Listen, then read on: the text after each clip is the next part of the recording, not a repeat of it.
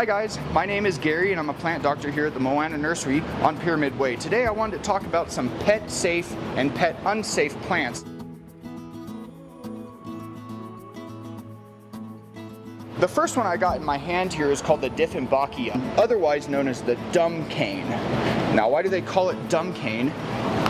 It does actually have a slightly similar look to sugar cane, and historically people have mistaken it as such, and when you chew on it, it's got little crystals in the sap that make your mouth swell and then you sound kind of dumb. This is just one of the many poisonous plants that you can find in any greenhouse around here. So what I'm holding in my hand now is an Antherium. It's a very popular houseplant that you can find at the majority of retail stores. Now, many people think this is a flower, but the red part is actually a modified leaf called a bract. The flower itself is this small plug right here. And this is what is one of the more particularly dangerous parts on these showy houseplants, but not dangerous to touch as you've seen me doing this whole time. It's mostly just dangerous to consume. So try your best not to eat these or let your pets eat them either. Another particularly dangerous plant is another type of Antherium called the Rancho Ruffles Antherium. Now, some of the plants that we have at the store here that can be a little more dangerous for pets, we typically try to mark them so that you can read about it, but it's going to be the same rule as the other Antheriums. The most dangerous part is the inflorescence for it, but truly all parts of the plants are toxic and shouldn't be eaten in any amount. Another very popular plant is the peace lily. We call them spathiphyllum in the botanical world, and they are particularly dangerous. Just kind of like the other ones we've talked about.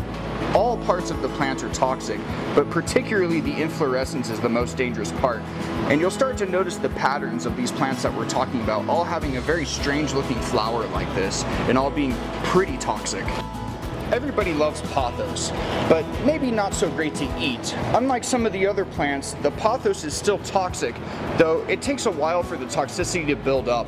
And it's not typically a type of plant where you need to rush your pet straight to the emergency room should they eat some of it, but it is more important to limit the exposure that they have to these types of plants as well.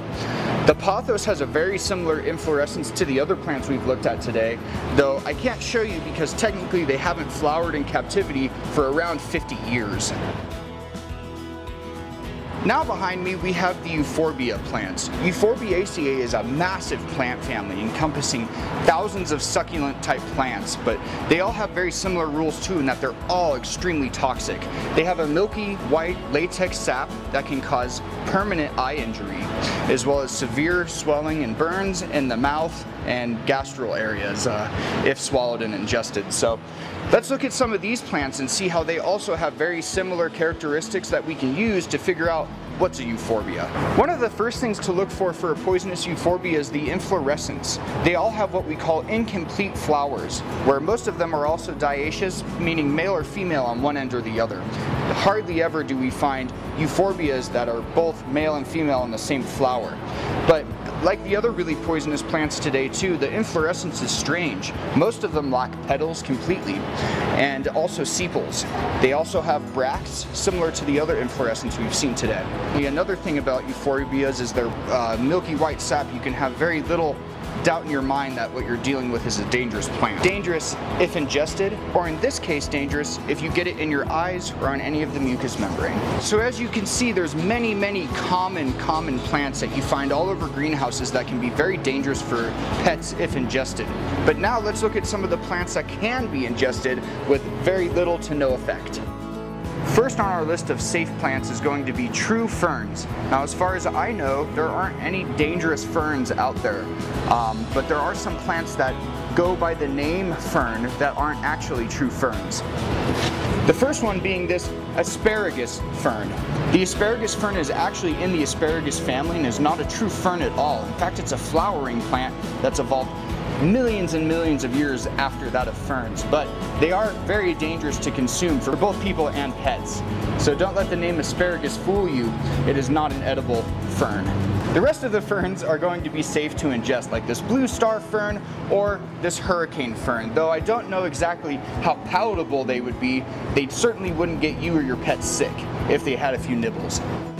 Next on our list of safe plants are going to be orchids, or the family Orchidaceae, which consists of a little over 100,000 individual species. Not one of them is toxic to pets. Some of them are actually edible, like this is where we get our vanilla beans from, the mighty orchid.